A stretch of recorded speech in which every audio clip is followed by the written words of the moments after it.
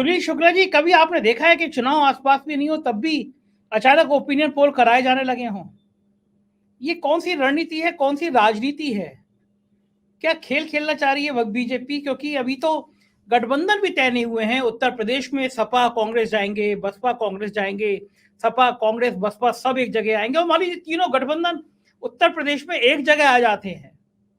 अगर यूपी में एक ऐसा गठबंधन बन जाता है जिसमें सपा भी शामिल है, जिसमें बसपा भी शामिल है, जिसमें कांग्रेस भी शामिल है, तो सुनील शुक्ला जी, क्या लगता नहीं है उत्तर प्रदेश ही रोक देगा बीजेपी को पूरे बहुमत में आने से? फिर इन ओपिनियन पोल का मतलब क्या है? धन्यवाद संजय जी।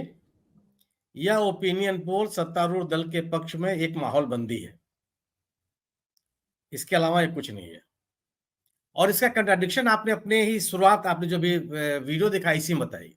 आपने कहा कि 41% लोग बेरोजगारी को मुख्य मुद्दा मानते हैं। अगर 41% लोग बेरोजगारी को मुख्य मुद्दा मानते हैं, तब इस बेरोजगारी के लिए जिम्मेदार कौन है? और अगर जिम्मेदार जो व्यक्ति है, अगर हम उसको जिम्मेदार नहीं मानते और यह हमारे लिए महत्वपूर्ण विषय नहीं है, तो फिर जो आप आंकड़े दिखा रहे हैं उस पर कैसे विश्वास कर लिया जाए? अगर केवल 12% या 20% लोग कहते हैं कि राम मंदिर बड़ा मुद्दा है या मुद्दा बनेगा चुनाव का, तो फिर इतनी बड़ी जीत क्या इतने इतने प्रतिशत लोगों के बलबूते इतना बड़ा जन समर्थन हासिल हो सकता है? ये संभव है कहीं? आप कुछ तो करेंगे। जो निष्कर्ष आप निकाल रहे हैं, उसका जो आधार बता रहे हैं, ये तो बताएंगे आप।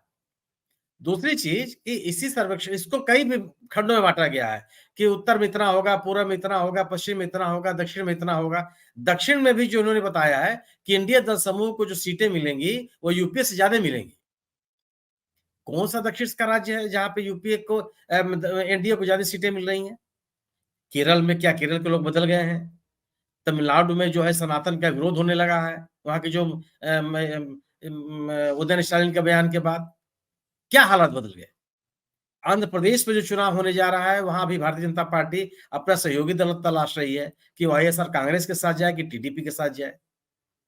कर्नाटक की स्थिति यह है कि आपने जेडीएस के साथ समझौता किया। जेडीएस का कोई भी स्थानीय नेता, बड़ा नेता, कोई भी बड़ा नेता ऐसा नहीं जो रह गया हो पार्टी के साथ, छोड़कर चले गए हो। जेडीएस का जनाधार न घट गया हो। जो परंपरागत उनके वोट होते थे अल्पसंख्यकों के और किसानों के, और वो कलिगा में बंटवारा न हो गया हो। तो आपकी कोई ताकत बढ़ी तो नहीं, और उसके बावजूद भी अगर ये बताया जा रहा है कि दक्षिण के राज्यों में एनडीए को ज्यादा सीट मिलेगी, तो इसकी वजह तो नहीं समझ में आती। केवल है क्या कि ये तथ्य, ये तो आंकड़े हैं कि एनडीए के 35 से 40% सीटें 9 राज्यों से आते हैं। गुजरात, मध्य प्रदेश, राजस्थान, छत्तीसगढ़, उत्तर प्रदेश, बिहार, दिल्ली, हरियाणा, पश्चिम बंगाल, ये कुछ राज्य हैं जहां से इनकी सीटें आती हैं। और इन सभी अधिकांश राज्यों में हालात बदल गए। महाराष्ट्र में जो आपको उपलब्धियां हुई वो शिवसेना के सहयोग के साथ मिली। आज टूटी हुई शिवसेना आपके पास है, और जो शिवसेना के मूल मूल नेता हैं वो विपक्ष के साथ हैं, और वहां महाविकास अघाड़ी बड़ी चुनौती बनकर सामने आ रही है। इस चुनौती को आप स्वीकार भी करते हैं, आप बोले भले ना, क्योंकि महाराष्ट्र में जितने स्थानीय निकाय के चुनाव हुए हैं, चुनाव होने वाले थे, कोई चुनाव नहीं कराए गए। चाहे बृहत नगर निगमों के चुनाव हो और चाहे पंचायतों के चुनाव हो, कोई नहीं चुनाव कराया गया। अन्य जो उपचुनाव होने वाले वही चुनाव नहीं कराए गए।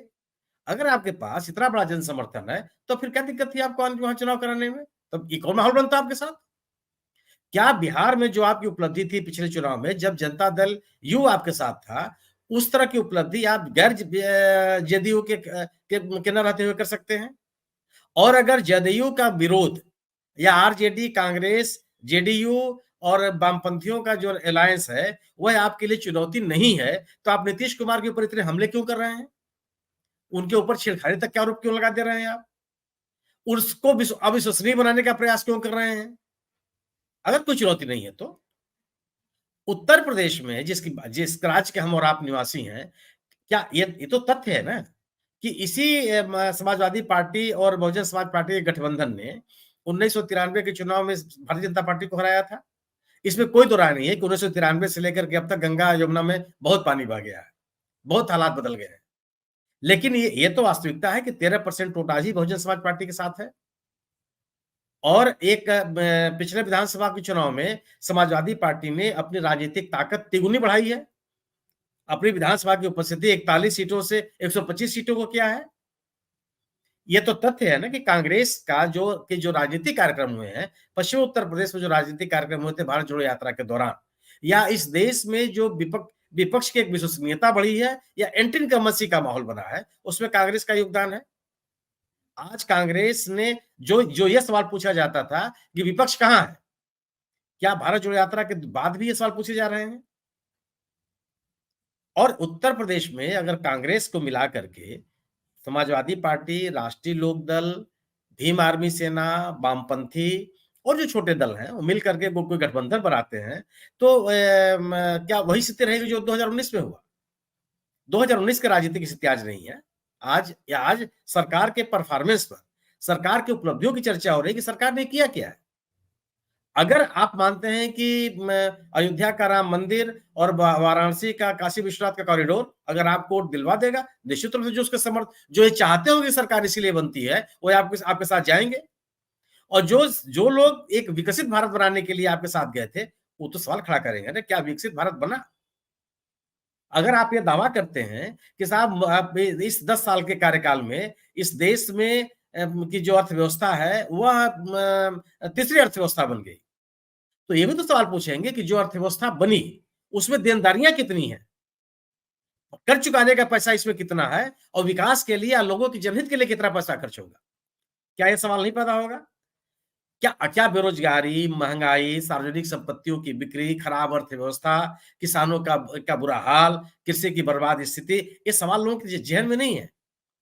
और अगर नहीं है तो फिर तो कोई चुनौती किसी राज्य में नहीं है। अगर सरकार के बारे में लोग इस सरकारों का मूल्यांकन इस आधार पर नहीं करते हैं, तो तब हर बहस बेमानी है। मेरा अपना मानना यह है कि अगर यह सर्वेक्षण, अगर सैंपल सर्वे नहीं बताता, अगर यह सर्वेक्षण ये नहीं बताता कि यह लोगों से मिलकर किया गया है या घर बैठे किया गया है, अगर यह नहीं बताता कि कौन से सवाल पूछे गए, ये और किन लोगों ने कराए, सवाल ये भी एक सवाल, बहुत बड़ा सवाल होगा कि किन लोगों ने इसको सम्मानित किया है। उसकी इस आधार पे भी आपको इनके क्रेडिबिलिटी और इनके मंतव्य को जानने के लिए जरूरी होगा। यह मेरा अपना मानना यह है कि यह सर्वेक्षण केवल और केवल सरकार के खिलाफ एक माहौल बनने की कोशिश है। जी।